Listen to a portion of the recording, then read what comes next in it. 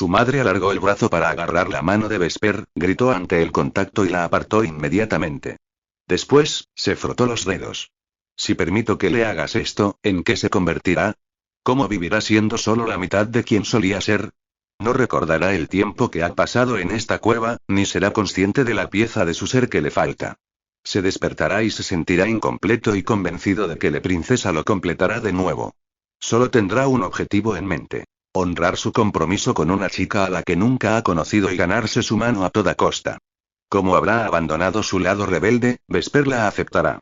Es lo que debe de hacer para curarse, ya que solo su tacto de luna puede tomar al sol que hay en su sangre.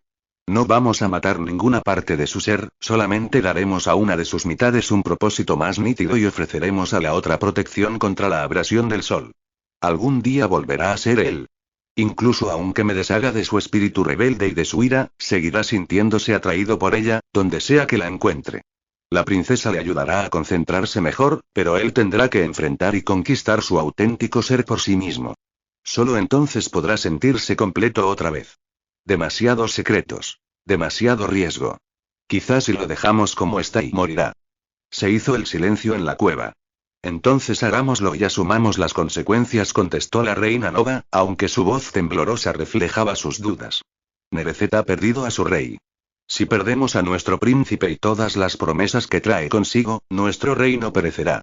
La hechicera entonó unas palabras ancestrales que el príncipe jamás había oído, seguidas de 4 que sí comprendió. Sal de este cuerpo. Una extraña sensación recorrió su pecho y una parte de su espíritu volvió a su cuerpo, separada de la otra.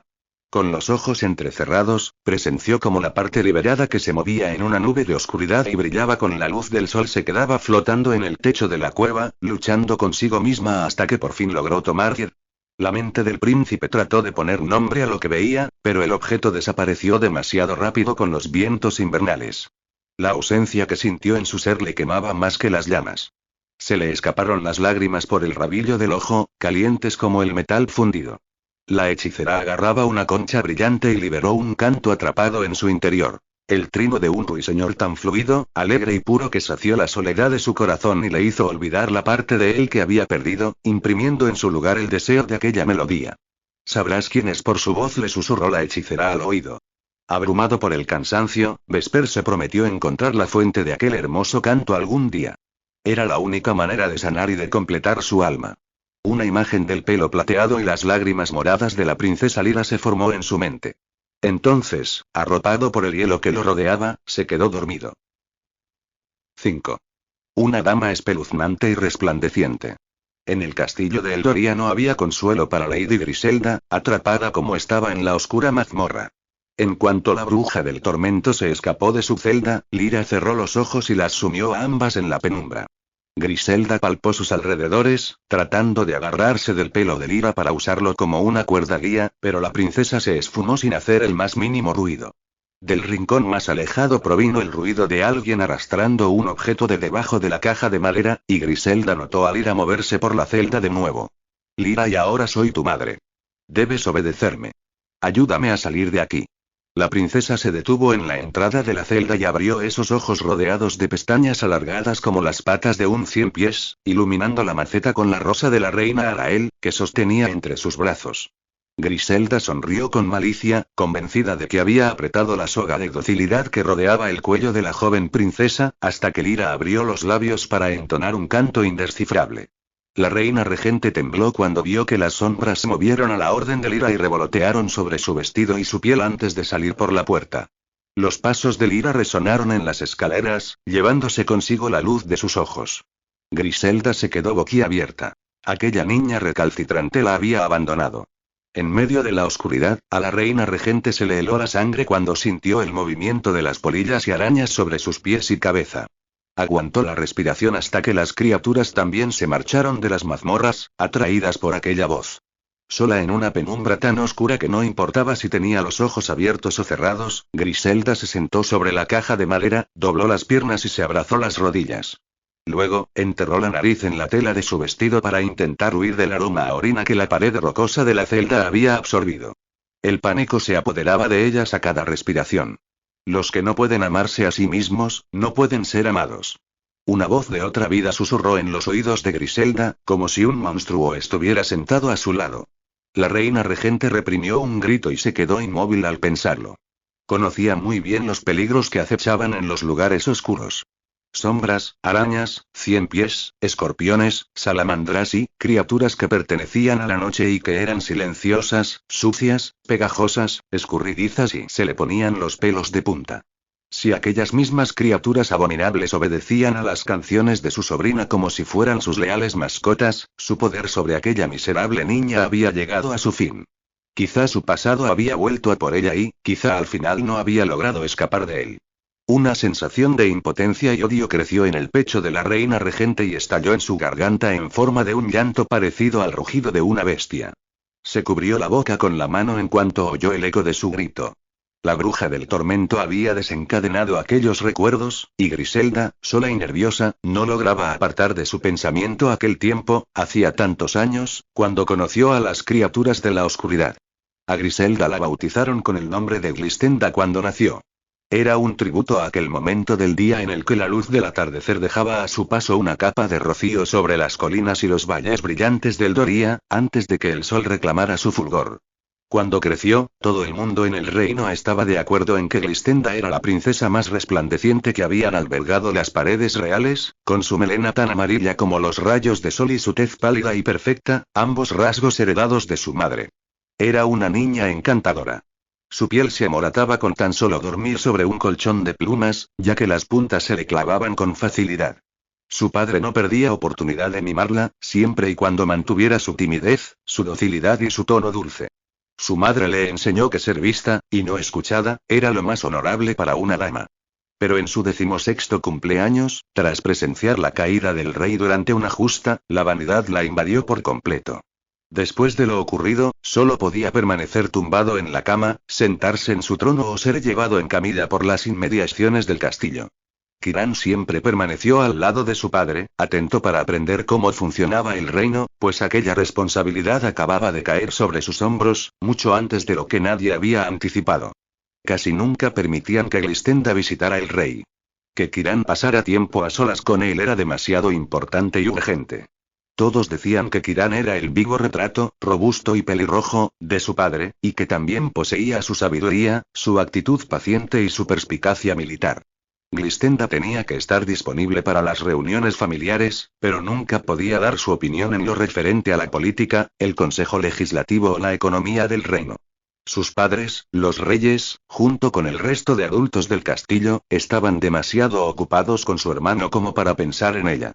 Si Glistenda hubiera nacido hombre, habría sido la heredera, y todos los corazones y mentes del reino le habrían pertenecido. Sin embargo, Glistenda no tenía voz ni poder de decisión en nada. La habían dejado sola, limitada a recibir un poco de atención cuando jugaba con los jóvenes de la corte. Se servía de ellos para obtener la obediencia y la devoción que anhelaba. La única excepción era el chico al que deseaba por encima del resto. Tristán Nicolet, de hermosa piel del color del ébano y corazón leal. Era el mejor amigo de su hermano y el hijo del soldado de confianza del rey, y siempre se interponía entre Glistenda y sus pretendientes. Había asumido el papel de un hermano que estaba demasiado ocupado convirtiéndose en rey como para defender el honor de su hermana. Pero por mucho que Glistenda tratara de tentar a Tristán para atraparlo entre sus faldas, él la rechazaba. El mismo código de honor que había hecho que ella se enamorara de él se convirtió en una espina en su relación. Como estaba decidida a doblegar la fuerza de voluntad del caballero, Glistenda urdió el plan perfecto. Escogió una mañana en la que a Tristán le habían asignado que relevara a su padre para hacer guardia en la torre de vigía más alta. Glistenda le había dejado una nota con frases dramáticas y poéticas, envuelta en un pañuelo perfumado. Le había prometido que era el único chico a quien amaba, y que si él no quería extinguir el fuego que ardía en su corazón, entonces lo apagaría ella con la locura y la sombra del desfiladero de la ceniza. Glistenda se vistió con el uniforme de un paje, tomó prestado un pony de los establos reales y esquivó a los guardias de la entrada principal. Trotó por el camino que serpenteaba a orillas del lago de cristal hasta llegar al desfiladero. Desde su torre, Tristán sería el único testigo de la escena. A mitad de camino, Glistenda se quitó el uniforme de paje que llevaba encima de una camisola de color rosa con zapatos a conjunto. Acto seguido, se colocó una corona de aquilea sobre su rubia melena y continuó el trayecto hasta que se encontró cara a cara con la entrada del desfiladero. Glistenda se bajó de la montura, sorprendida cuando la boca oscura del bosque encantado se abrió para recibirla, ya que había oído rumores de lo difícil que era entrar. Una brisa fresca le acarició la piel como si fueran unas uñas fantasmales y le trajo unos susurros sobrenaturales de advertencia y un hedor a podrido, mezcla entre el olor a vegetación en estado de descomposición y a carne rancia. Estuvo a punto de dar media vuelta, pero entonces Tristán la llamó. Ella se giró para mirar por encima del hombro y le vio aproximándose por la orilla del lago en su potro de raza pura. Una satisfacción vanidosa reemplazó al miedo. El soldado aprendería mejor su lección si ella se sumergía en la penumbra amenazante del bosque. Aquello haría que Tristán se enfrentara a los peligros que se rumoreaba que había allí dentro. Le haría ganarse su afecto, al igual que ella había tenido que ganarse el suyo. La joven dejó su pony a un lado y, tras dar un único paso hacia el desfiladero, una rama negra y espinosa le agarró el tobillo y la tiró al suelo. Las espinas se le clavaron en su delicada piel y le mancharon el dobladillo de la camisola de sangre. Su pony, que advirtió el peligro, salió corriendo en dirección contraria. Una nube de polvo se cernió sobre la princesa, dificultando su respiración. Sus sollozos y los gritos desesperados de Tristán retumbaban al unísono cuando dos ramas más le agarraron las muñecas. Entonces, las espinas le inyectaron un veneno que anuló su capacidad para moverse o chillar. Las plantas serpenteantes la arrastraron hacia el desfiladero. Glistenda miró hacia atrás mientras la vegetación formaba una cortina para tapar la entrada. El único rastro de sol que se apreciaba era una sustancia viscosa que cubría los troncos de algunos árboles. La luz disminuía cada vez más a medida que se adentraba en el bosque, hasta que finalmente la joven se sumió en un mundo gris y apagado. Cuando Tristán llegó a la entrada del desfiladero, las plantas amortiguaron el sonido de los trotes del caballo y su voz. El ruido de unos golpes metálicos era prueba de la insistencia del soldado en atravesar la barrera de vegetación con su espada. Glistenda luchó contra el arrepentimiento por haber ido hasta allí para montar semejante farsa. Su cuerpo rodó por el camino sinuoso e inclinado como si fuera un peso muerto mientras otra criatura la arrastraba a través de una alfombra de ceniza. El pelo se le enganchaba en las ramas y las raíces de los árboles. Los gritos de Tristán quedaron cada vez más lejos, hasta que la joven dejó de oírlos. Llegó a un prado sobre el que había un toldo impenetrable de hojas. Siluetas negras y humeantes se asomaban desde detrás de los troncos de los árboles que la rodeaban y que no dejaban de transformarse en figuras humanas y bultos sin piel. La única constante eran sus brillantes ojos blancos. Glistenda sintió como un sollozo de terror se ahogaba en su garganta. Así que una niña pura y delicada ha decidido honrarnos con su presencia. Una silueta se deslizó hacia ella. Al principio no tenía una forma concreta, pero luego se transformó en una mujer. Pasó de ser del mismo color que la noche a un blanco turbio cuando se inclinó sobre el cuerpo paralizado de Glistenda. Unos cuernos de onix le sobresalían de la cabeza. Soy la señora Penumbra, madre del colectivo Mortaja. Somos vuestros ancestros. Los que se volvieron locos a causa de la falta de oscuridad y descanso hace siglos. Tienes dos opciones. Convertirte en una de nosotros y reforzar nuestra estructura cerebral o ofrecernos tu carne para que la consumamos. Si no tomas una decisión, escogeremos por ti. Una multitud de manos fantasmales con forma de ramas puntiagudas arañaron la camisola manchada y hecha trizas de Glistenda, rasgándole la parte delantera desde el cuello hasta la cintura. Se le aceleró tanto el corazón que pensó que se le partiría el esternón. No podía hablar, ni siquiera podía llorar. La señora Penumbra, que estaba impacientándose, agarró la muñeca de su víctima con fuerza. La presión hizo que su delicada piel se amoratara sobre sus venas. Aquellas líneas oscuras parecían arañas y escorpiones que se habían introducido bajo su piel y se dirigían hacia su pecho. Solo quería retorcerse, escapar de aquella plaga, pero era incapaz de moverse. Estaba mareada y, poco a poco, fue perdiendo el conocimiento. Ya basta. Una voz masculina la sacó de su tormento. Ya os habéis divertido lo suficiente. Ahora la quiero yo. Un hombre apareció de la nada. Su cuerpo era elástico y etéreo, pero más sustancial que las figuras humeantes que la rodeaban. ¿Por su belleza?, preguntó la señora Penumbra. Eres tan predecible y al hombre, de melena roja y orejas puntiagudas, se le iluminó el rostro. Esta vez es mucho más que eso. Hay un gran potencial de maldad en ese pequeño cuerpo. Ah, sí, siseó la señora Penumbra mientras observaba a Glistenda. Tu especie solo piensa en divertirse. ¿Quieres presenciar el caos que puede causar esta muchacha? El hombre esbozó una sonrisa fiera y mostró unos dientes blancos y afilados. No es asunto nuestro preguntarnos el porqué de las cosas. Solo debemos preocuparnos de sentir la lujuria, reír y mentir. Tan inteligente como siempre. Las manos que la agarraban de los brazos y las muñecas le apretaron con más fuerza, y la plaga de arañas bajo su piel zumbó en el interior de su pecho y alimentó los latidos erráticos de su corazón. La señora Penumbra se echó a reír, como si estuviera sintiendo lo mismo que ella y le hiciera cosquillas. Llegas demasiado tarde. Hemos capturado a esta joya nosotros solos. Sabe a realeza, por lo que nos la quedaremos. Las siluetas sin forma que se asomaban desde detrás de los árboles se multiplicaron y clavaron sus brillantes ojos en la presa. Glistenda notó cómo su garganta se estrechaba, impidiéndole gritar. El hombre desplegó un par de alas rojas enormes y las extendió hasta que se cernieron amenazantes sobre los súbditos de la señora Penumbra. ¿Es que acaso te olvidas de nuestro trato? Puedo solicitar misericordia para quien yo quiera, a cambio de todas las almas pecadoras que atraigo hasta estas profundidades del desfiladero. Por todas las veces que mis susurros tentadores han alimentado vuestros apetitos famélicos. Si me negáis mi derecho, entonces nuestro pacto se invalidará. Pero esta tiene la piel tan blanda y es tan joven, y gruñó la madre del colectivo Mortaja. Puede hacernos recordar lo que es estar vivo antes de caer en las zarpas de la enfermedad o la muerte. Entonces adueñaros solo de una parte de ella. Arrebatadle la conciencia. Su capacidad para sentir remordimiento es una pequeña fracción de su mente y casi nunca le presta atención. Encerrad esa parte de ella y deleitaos con los pecados que cometa, para que podáis sentiros humanos de nuevo. Pero dejad que la chica se marche. Como bien habéis dicho, es una princesa, pero con unas ambiciones grandes y malvadas. Eso es poco común. Me gustaría ver cómo evoluciona. La señora Penumbra abrió la boca de par en par. Sabes que no es así de sencillo. Tiene que tomar una decisión entre la vida y la muerte. Y tú sabes que puede elegir la tercera opción, argumentó el hombre celestial. Renunciar a una parte de su alma a cambio de su vida. Uf. De acuerdo. La señora Penumbra fijó la vista en Glistenda y le dedicó una mirada de curiosidad. ¿Me lo ofrecerías, niña? ¿Tu conciencia a cambio de tu libertad? Si aceptas, nunca conocerás el amor verdadero. Uno no puede amarse a sí mismo si no dispone de una conciencia con la que medir su propio valor. Y alguien que no puede amarse a sí mismo, no puede ser amado. Glistenda no podía responder, pero sintió como la mirada penetrante de la señora Penumbra se le clavaba en el pecho, intentando sacarle la verdad de su corazón. Sí. Renunciaría a lo que fuera con tal de vivir. El amor ha hecho que sea tan débil como lo es mi cuerpo, algo que jamás volveré a ser. Muy bien. Que así sea. La madre Mortaja pasó sus manos con forma de rama por el cuerpo de la princesa una última vez.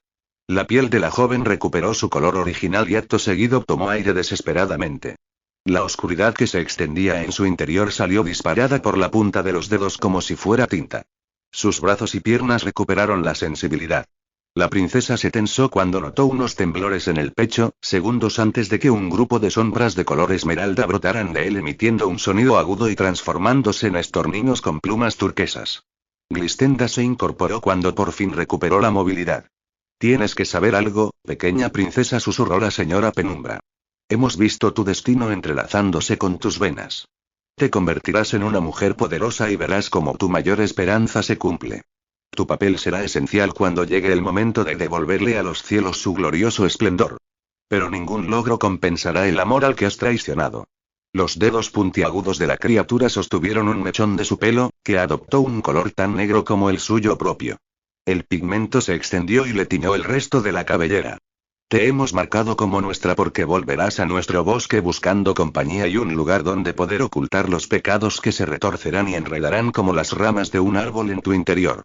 Y tendremos contigo la misma misericordia que tú has practicado a lo largo de tu vida. Ni más y, ni menos. Cuando Glistenda vio cómo le había cambiado el pelo, le preocupó que hubiera ocurrido lo mismo en su interior. Estuvo a punto de llamar a los pájaros para que regresaran y reclamar la parte de ella a la que acababa de renunciar, pero no quería parecer débil. Esperó demasiado, y las figuras informes que estaban escondidas detrás de los árboles emergieron de la penumbra para capturar a los estorninos y meterlos en jaulas alargadas con sus manos vaporosas. Después, se fundieron con el suelo y se mezclaron con la ceniza que lo cubría. Glistenda contempló al hombre por última vez, aquel ser sobrenatural que la había salvado, y luego perdió el conocimiento. Cuando despertó en su habitación pensó que lo había soñado todo, y se lo habría creído si no fuera por el pelo, las pestañas y las cejas negras. Ni siquiera su familia podía refutar aquellos cambios. Una semana después, cuando estuvo lo bastante fuerte como para salir a los jardines del castillo ella sola, Glistenda vio al hombre alado de nuevo, esperándola junto a un pequeño bosque de madreselva. Esta vez era totalmente de carne y hueso, y le extendió la mano para ayudarla a sentarse a su lado. Una ligera brisa alborotó el pelo del hombre y dejó al descubierto su oreja. Era peluda y puntiaguda, como la de un zorro. El desconocido le contó a la joven princesa que era un sílfide llamado Ilusión que transportó su cuerpo hasta la entrada del desfiladero, convenció a la vegetación para que le abriera paso y se escondió para que Tristán pudiera encontrarla. Glistenda le explicó que Tristán era el chico cuyo afecto había estado intentando ganarse. ¿Hiciste todo aquello para atrapar el corazón de un hombre?, preguntó su compañero sílfide, y se le encendieron los ojos naranjas cuando le entregó una rosa. ¿Mereció la pena? Mientras la princesa olía los pétalos de la madreselva, negó con la cabeza. Aunque Tristán hubiera envuelto su cuerpo amoratado e inerte con su capa y la hubiera llevado hasta el castillo en su caballo, aunque hubiera velado por ella junto a su familia mientras el médico y los magos reales le limpiaban la sangre con sanguijuelas y la despertaban con un elixir mágico, él no podía ofrecerle su amor. Para él, Glistenda solo era un premio que debía protegerse y colocarse sobre una estantería. Algún día lo mataré, juró Glistenda, sorprendida y contenta de no sentir ningún tipo de remordimiento ante aquel pensamiento violento. ¿Espera que tan solo sea una princesa tradicional y silenciosa para siempre? Ilusión sonrió, un gesto tentador y hermoso que dejó sin aliento a la princesa. Tú eres mucho más que tradicional, y demasiado extraordinaria como para malgastar el tiempo anhelando el afecto de un niño que juega a ser hombre. No importa, respondió Glistenda mientras jugueteaba con un mechón de pelo. Ya no puedo ser amada. La joven sintió una punzada de dolor al admitirlo en voz alta, pero la libertad que se apoderó de ella acto seguido lo mitigó. Era la seguridad de que nunca más tendría que sufrir por si alguien le rompía el corazón, o por ser débil. Tampoco es que antes anhelaras el amor, contestó Ilusión. Lo que deseabas era el poder. Y, como mujer, el tuyo ya es inmensurable. Ilusión se inclinó y le rodeó el rostro con las manos para besarla. Su boca suave y cálida sabía de viento, lluvia y rayos de sol, elementos que habían estructurado el mundo desde el principio de los tiempos. Los corazones son cosas superficiales. La llama del amor desaparece con el tiempo, susurró contra su cuello mientras le acariciaba con su nariz. Si quieres un fuego que dure, una ascendencia que puedas transmitir a tus hijos, apunta hacia la yugular. El sílfide mordió ligeramente el cuello de Glistenda con sus brillantes dientes afilados. Seguro que le dejaría un moratón. Escoge a tus hombres sabiamente. Adinerados, con buenos cargos en el parlamento. Los que puedan ofrecerte tener influencia en la política del reino y sus leyes. Sé sutil y resolutiva. Convéncelos de que eres el trozo de carne con el que quieren darse un atracón. Y entonces, conviértete en el cartílago que los atraganta. Glistenda siguió el consejo de Ilusión a rajatabla, y se cambió el nombre para que reflejara su interior en lugar de su exterior. Se tiñó algunos mechones de pelo de un rojo sangre, en honor a su sílfide conspirador. Al principio, sus padres se negaron a aceptar su nueva identidad, pero ella solo les respondía cuando la llamaban Griselda. Finalmente, no les quedó más remedio que adaptarse al cambio, y atribuyeron su extraño comportamiento a su forma de lidiar con los horrores con los que se había encontrado en aquel bosque. Una experiencia que sentían que habían causado ellos mismos con su propia negligencia. Creyéndose culpables, vieron con impotencia cómo el corazón de su hija se volvía igual de macabro, hostil y enrevesado que el desfiladero de la ceniza y su mente tan astuta como la de un zorro. O un sílfide, y Griselda lo invitó a su habitación y allí pasaron todos los períodos de cesación durante 2 años saciando su lujuria. Ilusión la guió hasta las mazmorras, donde había encontrado una puerta oculta. Cuando le contó el secreto para abrirla, la persuadió para que se metieran por un túnel que llevaba a una pequeña habitación sucia. Una gran hechicera solía ocupar este lugar, comentó Ilusión mientras señalaba las estanterías repletas de ingredientes místicos y extraños. El sílfide agarró un libro titulado El Grimorio de Plebeian. Hay recetas para pociones, conjuros y venenos que combinan los ingredientes naturales y místicos que pueden utilizarse, incluso si alguien no ha nacido con habilidades mágicas. Griselda agarró el libro y su mente oscura empezó a considerar todas las ventajas que podría ofrecerle un objeto así. Sabía que te gustaría. Elusión sonrió. Pero tengo una petición. No utilices esta clase de cosas a menos que yo esté aquí para ayudarte. Hay maldiciones escondidas entre las páginas y no me gustaría verte caer en sus trampas. A Griselda no le gustaba que le dijeran que necesitaba a alguien.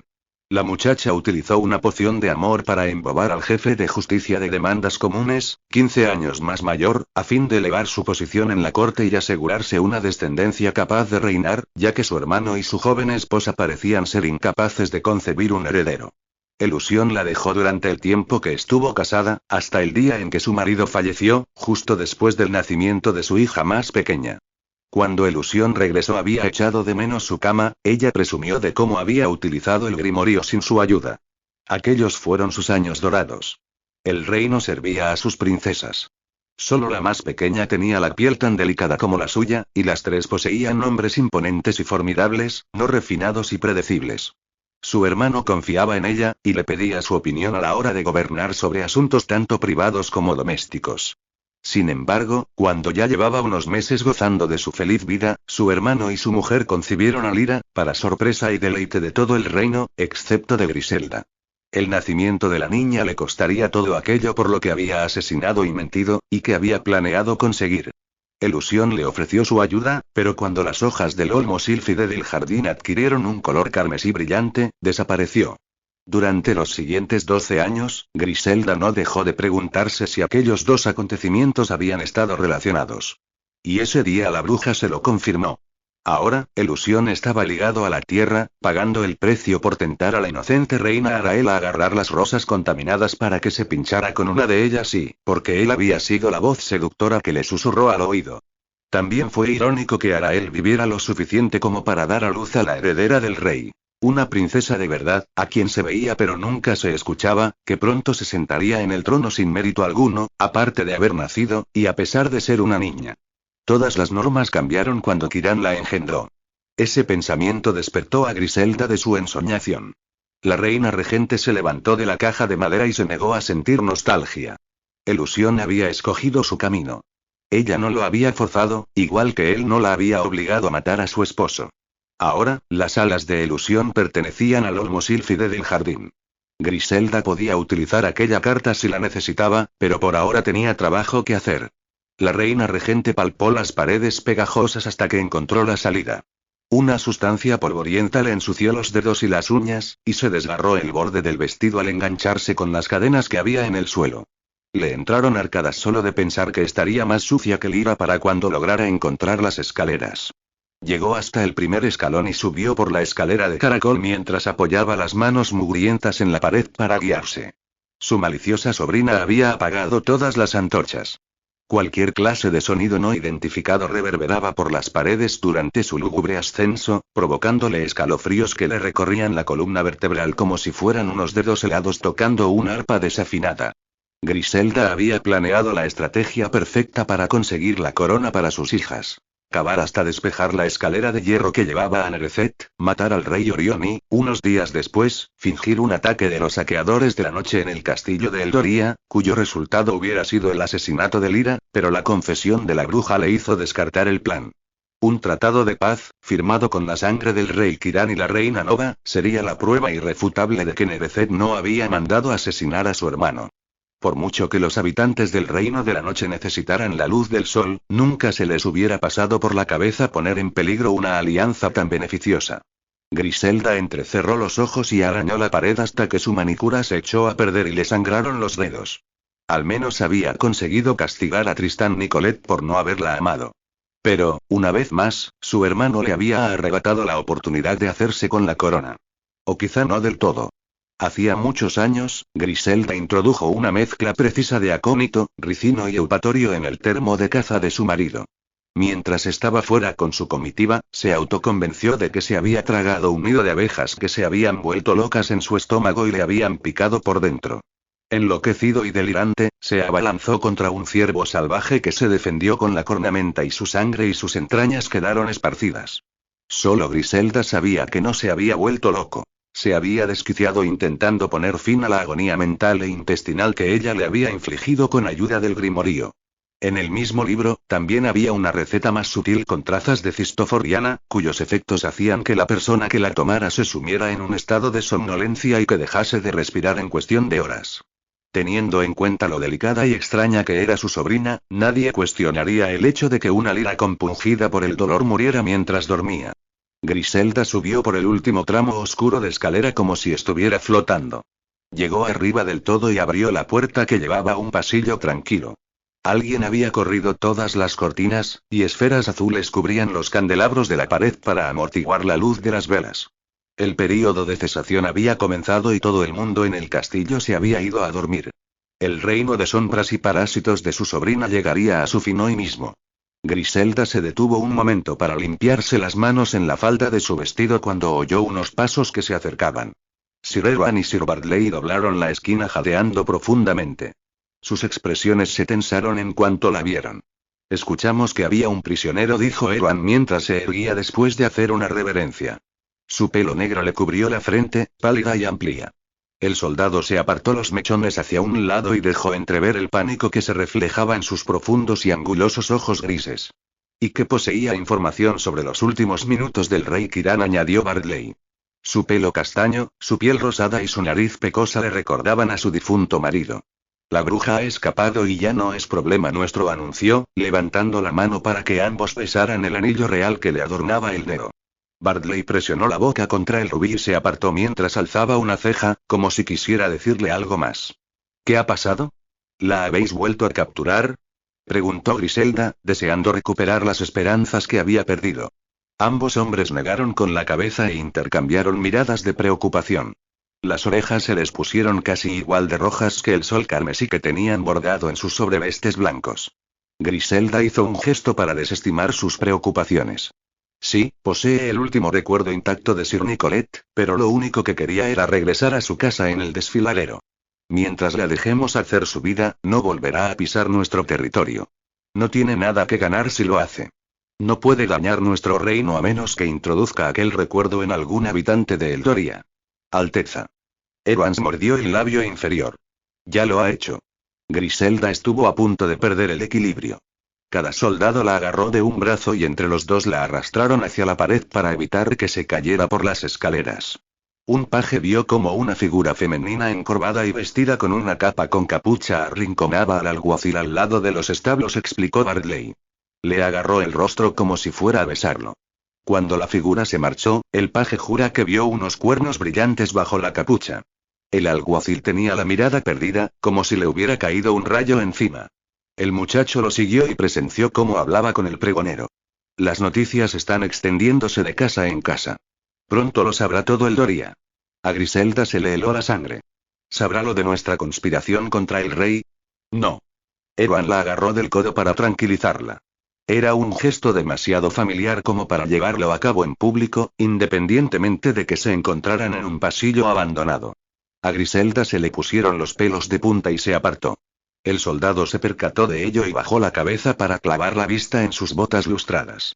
¿Saben el papel que desempeñará vuestra sobrina en el futuro del reino, Alteza? El pregonero está anunciando la profecía. Nada más, pero con eso ya basta. Bartley asintió. El miedo que extendimos por el pueblo al acusar a los saqueadores de la noche había sido muy efectivo, porque los pueblerinos estaban aterrados de que la batalla llegara hasta sus casas y las puertas del castillo. Ahora, todos están saliendo a la calle, proclamando que la princesa es el bien más preciado del reino, y que hay que proteger y venerar a Lyra como tal hasta el día de su coronación, cuando pueda casarse.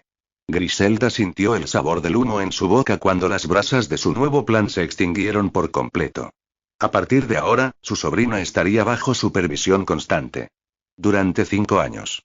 Si le pasara algo, fuera o no un accidente, Griselda sería la responsable. La profecía especificaba que Lyra era la elegida. Y con lo supersticioso que era aquel reino, nadie más podría sustituirla. Solo una princesa con el pelo plateado y las lágrimas moradas y que fuera capaz de entonar melodías. Tal y como correspondía, dado el caso, dentro de una semana Nerecet utilizaría su ruta alternativa por el desfiladero hacia el Reino del Día y enviaría a un representante para dirigirse públicamente al Consejo de la Corte y asegurarse de que el pacto se mantenía. Tenemos que suspender el ataque a Nerecet, dijo Griselda. Los guardias que hoy han encontrado el cuerpo de Nicolette pueden atestiguar que la bruja fue la responsable del asesinato del soldado de confianza del rey, y la lógica les dictará que fue ella quien lo mató. Patrullaremos la frontera del desfiladero. Si la bruja pone un pie en nuestro territorio, la capturaremos y aprisionaremos para que no pueda causar más daños. A Griselda le sorprendió que la bruja hubiera decidido no compartir todo lo que contenía el recuerdo. Sospechaba que tenía un motivo oculto para esconder los detalles de la muerte de su hermano y Sir Nicolette, pero no podía obsesionarse con ello. Ya tenía bastante de lo que preocuparse. Entonces, ¿qué debemos hacer, Alteza? Dormir, contestó Griselda mientras apretaba los dientes y contemplaba el pasillo desierto. El esfuerzo de salir de las mazmorras y su enfrentamiento con la bruja habían hecho que todos aquellos recuerdos le pesaran sobre los hombros. Mañana pensaré en un nuevo plan. Los soldados escoltaron a Griselda hasta la habitación de la reina, que estaba 3 pisos más arriba. Ella cerró la puerta y se olvidó de sus rostros de preocupación. Aparte del agua fresca en el cántaro, la habitación estaba tal y como la había dejado cuando los guardias habían ido a buscarla antes. Las túpidas cortinas estaban cerradas. La puerta del armario entreabierta. Joyas, vestidos y plumas de oca desparramadas por el suelo de mármol. Baratijas por todas partes, y lo más hermoso de todo, las huellas rojas de sus hijas ahí donde habían pisoteado la herencia real de Lyra. Griselda se quitó las joyas, se frotó la piel para limpiarse la mugre de las mazmorras, se vistió con su ropa de cama y se peinó.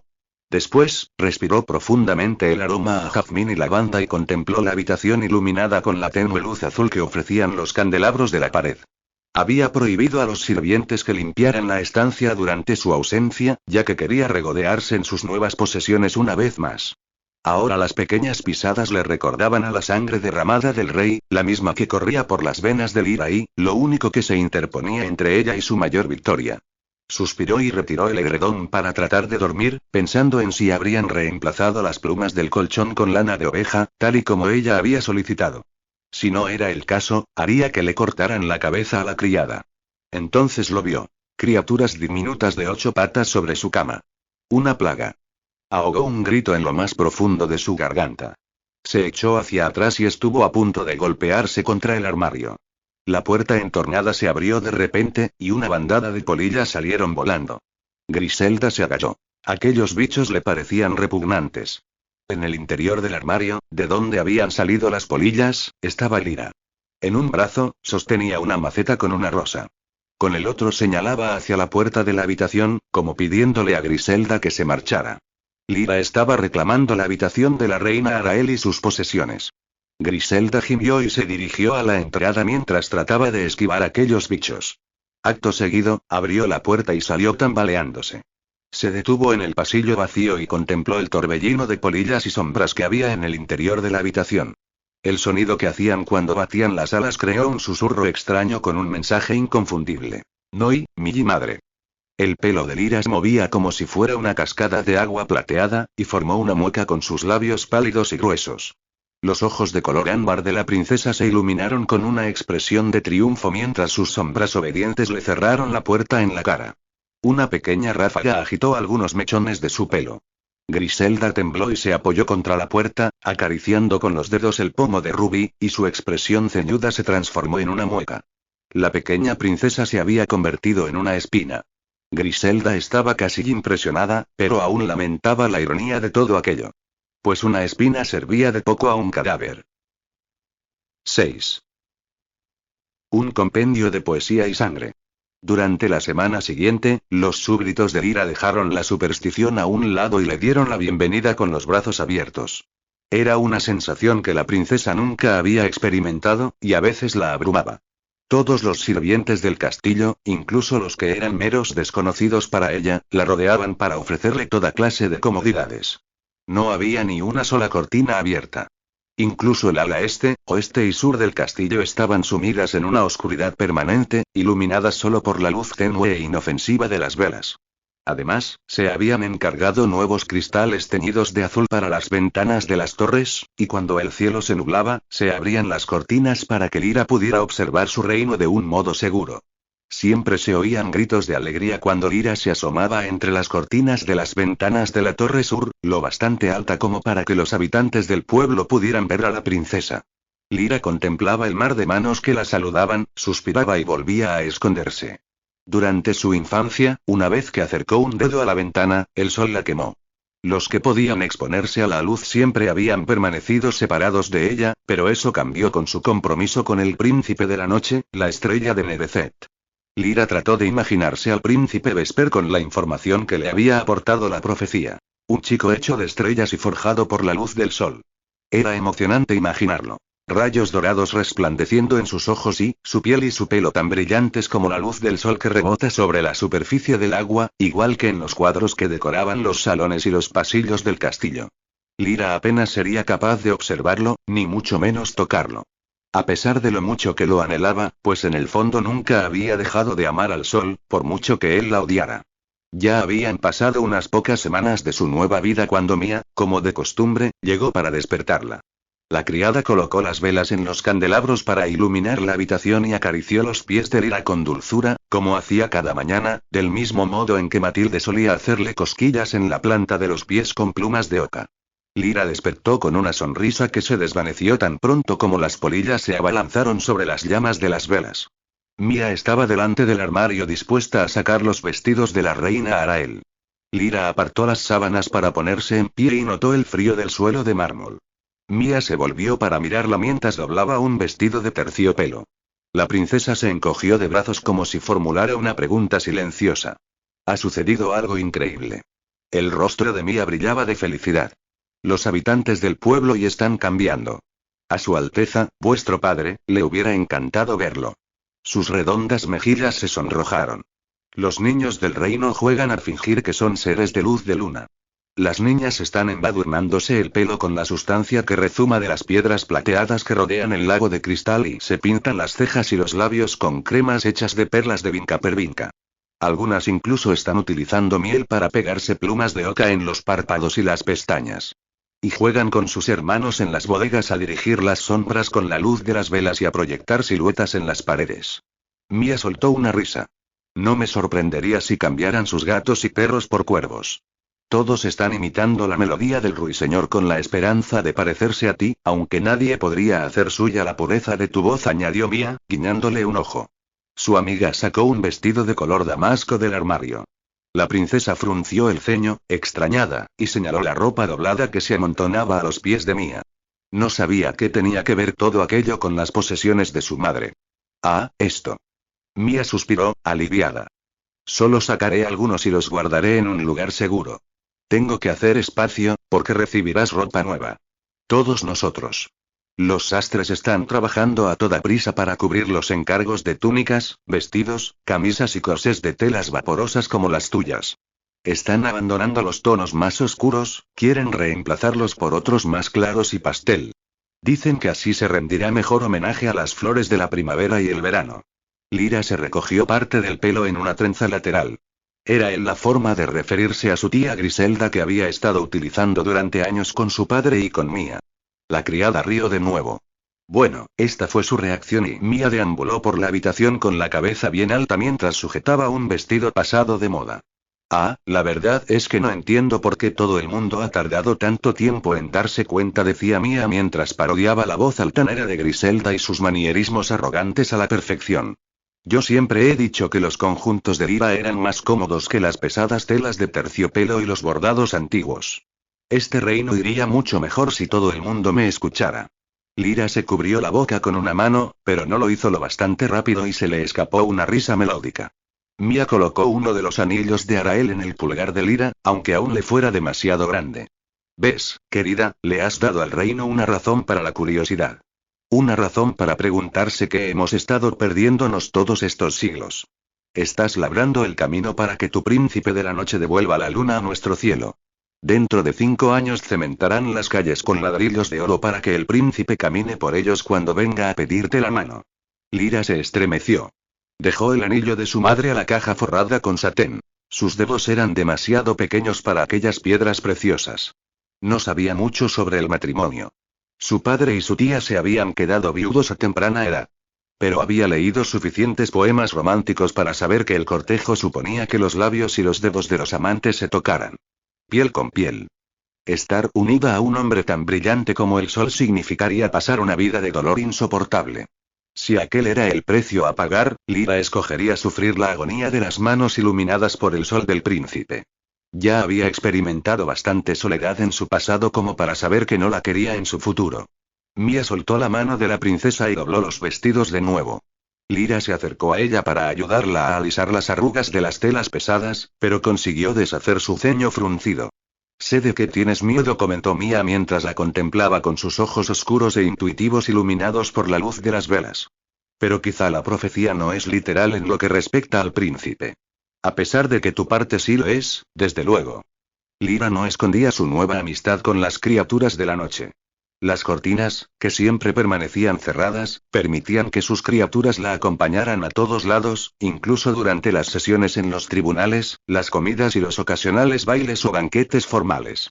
Los demás lo aceptaban por extraño que fuera, ya que aquello era lo que dictaba la profecía. Sin embargo, Lyra era consciente de las miradas inquietas con las que observaban a las altas sombras que emergían de entre las esquinas. Por ello, Lyra redujo su tamaño. Quería que sus súbditos humanos también se sintieran cómodos con ella. También escondió a las arañas. A ellas mismas les asustaba seguir los pasos de Lyra en su día a día, por temor a que las pisaran. Además, Griselda se convertía en una masa de huesos temblorosos solo con verlas, así que hacer que vigilaran la habitación de la reina era la mejor manera de asegurarse de que las pertenencias de su madre estaban a salvo. Lyra aún no le había enseñado a nadie, ni siquiera a Mia, cómo podía utilizar a sus mascotas, por ejemplo, o a las polillas, cuando estaba con ellas en la habitación. Era algo que había mantenido en secreto, salvo para Griselda, por si necesitaba asustarla o llamarle la atención. Al fin y al cabo, Lyra quería honrar a su padre y convertirse en una buena soberana, como él y su madre lo habían sido. Para ello necesitaba poder, y sus extraños amigos podían ofrecérselo. Sin embargo, ser reina requería mucho más que poder. Necesitaba saber tomar decisiones a diario para su reino, y el primer ministro Albous la había invitado a unirse al consejo para que aprendiera. Sentaos aquí, pequeña majestad. Una tarde, el ministro la guió hasta una mesa alargada y ovalada en la librería. Solo había algunos académicos en la sala y estaban ocupados con otros libros. Nadie del consejo asistió a aquella reunión. Lyra señaló hacia los asientos vacíos en la mesa iluminada por velas para indicar que los consejeros nos habían asistido. Hoy solo estaremos vos y yo. Tengo que enseñaros a hablar, y no quiero que os sintáis presionada por un público. La tez oscura del ministro le recordó a Sir Nicolet. La mayor diferencia entre ellos eran los ojos. Los de Albous eran de un verde intenso que brillaba cuando le impartía clases a Lyra, como si le gustara tanto dar lecciones como a ella recibirlas. Lyra se sentó y sus sombras copiaron sus movimientos antes de acomodarse alrededor de ella. Muchos académicos en la habitación retrocedieron en sus asientos, pero el primer ministro Albous ni siquiera se inmutó. La princesa apreció sus esfuerzos. Le hacía sentir menos diferente, pero la verdad es que era innegablemente distinta al resto, y la joven señaló su garganta para recordárselo al profesor. Una sonrisa reluciente le iluminó el rostro. Soy consciente de vuestra voz. Es un milagro, uno maravilloso. No tenéis que pensar en ello como un obstáculo. Hablaréis con una parte de vos que ya utilizabais con vuestro padre. Como si se hubiera dado cuenta de la tristeza que se reflejó en su rostro, el primer ministro le estrechó la mano. Le dobló 3 de sus pálidos dedos para que formaran una curva y luego le mostró cómo mover la mano hacia arriba y terminar el gesto con el meñique levantado. Rey Kiran. Ese es el símbolo para su nombre.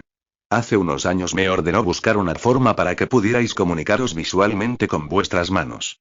Un lenguaje especial que todos los miembros del consejo pudieran aprender y entender. Lyra se quedó boquiabierta al observar cómo el primer ministro desenrollaba pergaminos antiguos. Cada uno tenía símbolos dibujados con palabras o letras escritas debajo.